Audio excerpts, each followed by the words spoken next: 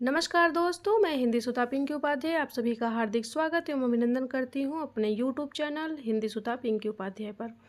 दोस्तों, NTA net JRF विषय हिंदी इकाई 6 विधा उपन्यास नेट जेआरएफ क्लियर करना है तो पहले जानिए सभी महत्वपूर्ण उपन्यासों के प्रकाशन वर्ष। सिर्फ कुछ ही मिनटों में पूरी तैयारी, वो भी मज़ेदार ट्रिक के साथ। तो आप सभी लोग बने रहिएगा हमारे चैनल के साथ में।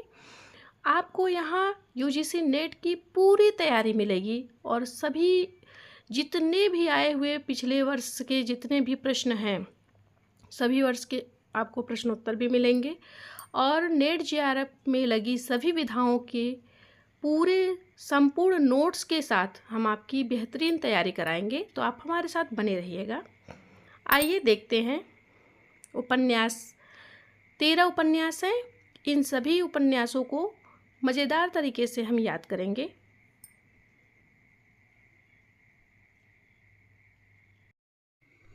चलते हैं पहले प्रश्न की तरफ। पहला उपन्यास है देवरानी जेठानी की कहानी उपन्यास के लेखक हैं। तो देवरानी जेठानी की कहानी उपन्यास के लेखक कौन है? तो पंडित गौरी दत्त। तो ध्यान रखिएगा, जो ये पंडित गौरी दत्त जी हैं इनकी 2 बहुएं हैं। एक का नाम देवरानी है, दूसरे का नाम जेठानी है। तो इसको मज़ेदार ट्रिक के साथ याद करिएगा। गौरी दत्त जी की 2 बहुएं हैं, एक का नाम देवरानी है, दूसरे का नाम जेठानी है। देवरानी की उम्र 18 साल है और जेठानी की उम्र 70 साल है। तो ध्यान रखिएगा, इसका प्रकाशन वर्ष है 1870 ईस्वी। तो देवरानी पहला नाम देवरानी है, तो देवरानी 18 साल की है और जेठानी 70 साल की है। ध्यान रखिएगा, 70 साल की जो है जेठानी है। तो प्रकाशन वर्ष 1870 ईस्वी, इसको याद रखिएगा। अगला प्रश्न देखते हैं। परीक्षा गुरु उपन्यास के लेखक हैं। यह दूसरा उपन्यास है। तो परीक्षा गुरु उपन्यास के लेखक हैं लाला श्रीनिवास दास जी। तो ध्यान रखिएगा, लाला श्रीनिवास दास जी अपने निवास पर बैठकर रोज परीक्षा देते हैं और इसीलिए लोग उनको क्या कहने लगे? परीक्षा गुरु कहने लगे। लाला श्रीनिवास दास जी अपने निवास पर बैठकर रोज परीक्षा देते हैं, इसीलिए लोग उनको परीक्षा गुरु कहने लगे। तो ध्यान रखिएगा, लाला श्रीनिवास दास जी का जो उम्र है, प्रकाशन वर्ष कैसे याद रखेंगे? तो लाला श्रीनिवास दास जी का उम्र जो है वो 82 वर्ष है। प्रकाशन वर्ष इसका क्या है? 1882। आगे चलते हैं। अगला उपन्यास है गोदान। गोदान उपन्यास के लेखक हैं मुंशी प्रेमचंद्र जी। तो ध्यान रखिएगा, मुंशी प्रेमचंद जी ने बहुत गोदान किया था, है ना। प्रेम से उन्होंने गोदान किया। उनके यहाँ जो भी जाता था वो सबको गोदान करते थे। तो मुंशी प्रेमचंद जी प्रेम से गोदान करते हैं। और उन्होंने कितने गायों का दान किया था, गोदान किया था? तो 36 गायों का गोदान किया था। तो 1936, प्रकाशन वर्ष क्या है? 1936। अगले उपन्यास की तरफ चलते हैं। शेखर एक जीवनी भाग 1 उपन्यास के लेखक हैं। तो शेखर एक जीवनी भाग 1 उपन्यास के लेखक हैं सच्चिदानंद हीरानंद वात्स्यायन अज्ञेय। तो ये ध्यान रखिएगा कि जो ये वात्स्यायन अज्ञेय जी हैं, इन्होंने शेखर एक जीवनी, तो शेखर इनका परम मित्र है। सच्चिदानंद हीरानंद वात्स्यायन अज्ञेय जी का मित्र कौन है? तो शेखर है। उसी शेखर के नाम पर इन्होंने शेखर एक जीवनी नामक उपन्यास लिखा, जो 2 भागों में विभक्त है। इसका प्रकाशन वर्ष क्या है? तो प्रकाशन वर्ष ध्यान रखिएगा, 1940 जो है प्रथम भाग का है और 1941 द्वितीय भाग का है। अगले प्रश्न की तरफ चलते हैं।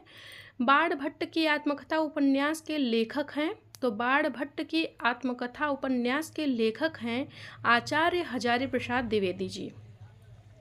आचार्य हजारी प्रसाद द्विवेदी जी हजारों बार बैठ करके सबको बाण भट्ट की आत्मकथा सुनाते हैं। तो बाण भट्ट की आत्मकथा नामक उपन्यास के लेखक हैं आचार्य हजारी प्रसाद द्विवेदी जी। और आचार्य हजारी प्रसाद द्विवेदी जी ने हजारों बार बाण भट्ट की आत्मकथा लोगों को सुनाई है। इसका प्रकाशन वर्ष क्या है? तो 1946 है। कितना है? 1946। इसमें कुल 20 उच्छ्वास हैं। ध्यान रखिएगा, इसमें कुल कितने उच्छ्वास हैं? तो इसमें कुल 20 उच्छ्वास हैं। अगले प्रश्न को देखते हैं। मैला आंचल उपन्यास के लेखक हैं। तो मैला आंचल उपन्यास के लेखक कौन है? तो फणीश्वर नाथ रेणु जी। फणीश्वर नाथ रेणु जी जो हैं वो देखते हैं कि पूरा जो संसार में जितने भी आंचल हैं वो कैसे हो गए हैं। आंचल मतलब अंचल, ये ग्रामीण क्षेत्र से जुड़े हुए हैं। इन्होंने अंचल को लेकर के आंचल शब्द का प्रयोग किया है। तो मैला आंचल अर्थात कि पूरा अंचल ही कैसा हो गया है, मैला हो गया है। कैसा हो गया है, मैला हो गया है। तो ये ध्यान रखिएगा। इसका प्रकाशन वर्ष क्या है, तो प्रकाशन वर्ष 1954 ईस्वी है। कितना है, 1954। अगला उपन्यास है झूठा सच। उपन्यास के लेखक हैं, तो झूठा सच उपन्यास के लेखक यशपाल जी हैं। यशपाल जी कहते हैं कि यश पाना है तो झूठा अर्थात झूठा बहाना बनाना छोड़ दीजिए, सच की राह पर चलिए। तो झूठ सच की बात कौन बताता है, यशपाल जी। कहते हैं कि देखो, जीवन में अगर यश पाना है तो झूठ बोलना छोड़कर सच्चाई के मार्ग पर चलो। तो झूठा सच। इसका प्रकाशन वर्ष क्या है, ये 2 भागों में विभक्त है। पहले का है 1958 और दूसरे का है 1960। ध्यान रखिएगा, इसको 2 भागों में विभक्त इसको भी किया गया है। चलिए अगले उपन्यास को देखते हैं। राग दरबारी। राग दरबारी उपन्यास के लेखक हैं श्रीलाल शुक्ल जी। तो ध्यान रखिएगा, श्रीलाल शुक्ल जी ने राग दरबारी उपन्यास की रचना की है। राग दरबारी श्रीलाल शुक्ल जी। श्रीलाल शुक्ल जी राग दरबारी अर्थात दरबार में बैठकर दिन भर राग गाते हैं। श्रीलाल शुक्ल जी दरबार में बैठकर क्या करते हैं, दिन भर राग गाते हैं। इसका प्रकाशन वर्ष क्या है, तो 1968 ईस्वी है। कितना है, 1968 ईस्वी। अगले प्रश्न की तरफ चलते हैं। आपका बंटी उपन्यास के लेखक हैं। आपका बंटी उपन्यास के लेखक कौन है, मन्नू भंडारी जी। मन्नू भंडारी जी एक दिन भंडारा करती हैं और कहती हैं कि आपका ही तो बंटी है, आइए आप सभी लोग भंडारे में ज़रूर आइए। आपका बंटी अर्थात कि मन्नू भंडारी जी जब भंडारा करती हैं, अपने घर पे भंडारा करती हैं, तो उन्होंने भंडारे में आपका बंटी नामक पोस्टर लगाया था। कैसा पोस्टर लगाया था, आपका बंटी, जिसका प्रकाशन वर्ष क्या है, 1971। तो आपका बंटी 1971। इसकी लेखिका है मन्नू भंडारी जी। अगला प्रश्न देखते हैं। मानस का हंस उपन्यास के लेखक हैं। तो मानस का हंस उपन्यास के लेखक हैं अमृतलाल नागर जी।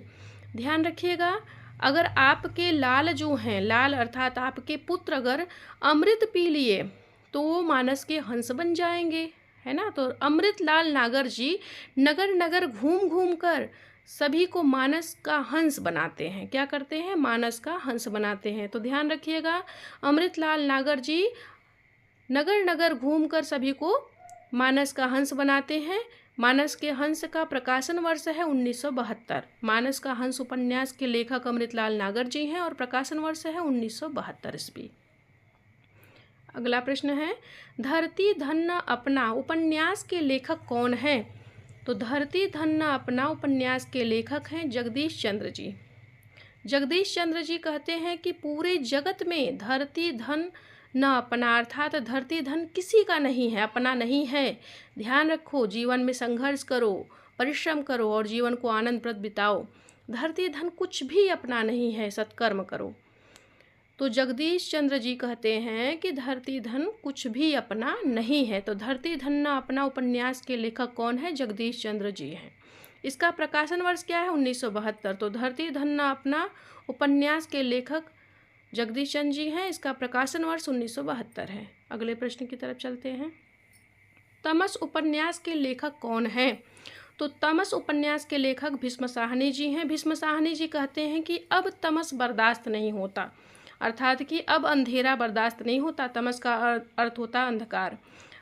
भीष्म साहनी जी कहते हैं अब सहन नहीं होता। भीष्म साहनी जी कहते हैं अब सहन नहीं होता तमस। तमस अर्थात कि अब हमें तमस नहीं सहना है।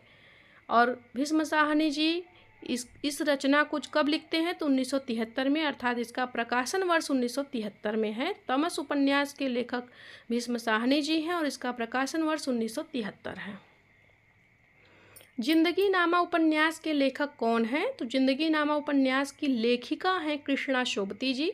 कृष्णा शोभती जी कहती हैं कि मैंने तो अपनी पूरी ज़िंदगी, कृष्णा शोभती जी इतनी शोभती हैं, इतनी सुंदर हैं कि कहती हैं मैं तो अपनी पूरी ज़िंदगी किसके नाम कर दी, कृष्ण के नाम कर दी। तो जिंदगी नामा, मैंने अपनी ज़िंदगी नामा कृष्णा के नाम कर दी, अर्थात कि जिंदगी नामा उपन्यास की लेखिका कृष्णा शोभती जी हैं। इसका प्रकाशन वर्ष क्या है, 1979 है। तो ध्यान रखिएगा, 1979 ईस्वी में जिंदगी नामा उपन्यास का लेखन हुआ, प्रकाशन वर्ष में आया। अगला देखते हैं। तो अब इसी के साथ हमारे 13 उपन्यास समाप्त हो गए और आप सभी लोगों ने मज़ेदार तरीके से इसको याद भी कर लिया। अगर आप लोग पूरा वीडियो देखेंगे तो मुझे पूर्ण विश्वास है कि आपको ये 13 के 13 उपन्यास कंठस्थ हो जाएंगे और इसके प्रकाशन वर्ष भी इसी के साथ आप सभी लोग हमारे साथ बने रहिएगा। आपको पूरे यूजीसी नेट जितने भी पाठ्यक्रम में लगी रचनाएं हैं उनसे संबंधित सभी रचनाओं को क्रम से जितने भी प्रश्न अभी तक आए हुए हैं उनके प्रश्नों के उत्तर के साथ में और उनके विस्तृत नोट्स के साथ हम आपके साथ जुड़े रहेंगे और आपकी एक बहुत बेहतरीन तैयारी करा करके आपको जीआरएफ की डिग्री अवश्य दिलाएंगे। तो इसी के साथ धन्यवाद, नमस्कार।